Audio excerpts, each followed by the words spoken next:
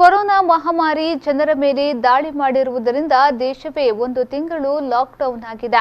ದಿನಗೂಲಿ ನೌಕರರು, ಮಧ್ಯಮ ವರ್ಗದವರು ಜೀವನ ನಡೆಸುವುದು ಕಷ್ಟ ಆಗಿದೆ. ಒಪ್ಪತ್ತಿನ ಊಟಕ್ಕೂ ಕಷ್ಟಪಡುತ್ತಿರುವವರಿಗೆ ಸಹಾಯ ಮಾಡಲು ಇದು ಸಕಾಲ. ಉಡುಪಿ ಜಿಲ್ಲೆಯ ಬಸವ ಸಮಿತಿ ಕರುಣಾಗೋಡೆಯನ್ನ ಉಡುಪಿಯಲ್ಲಿ ತೆರೆದಿದೆ.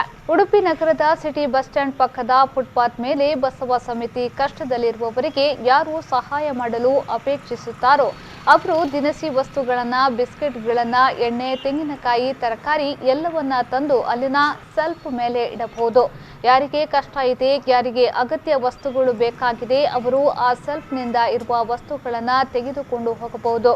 ಉಡುಪಿಯ ಬಸವ ಸಮಿತಿ ಸಂಕಷ್ಟದಲ್ಲಿರುವವರಿಗೆ ಸಹಾಯ ಆಗಲಿ ಅಂತ ಈ ಯೋಜನೆಯನ್ನ ಆರಂಭಿಸಿದೆ. ಉಡುಪಿ ಶಾಸಕ ರಘುಪತಿ ಭಟ್ ಅವರು ಉದ್ಘಾಟಿಸಿದರು.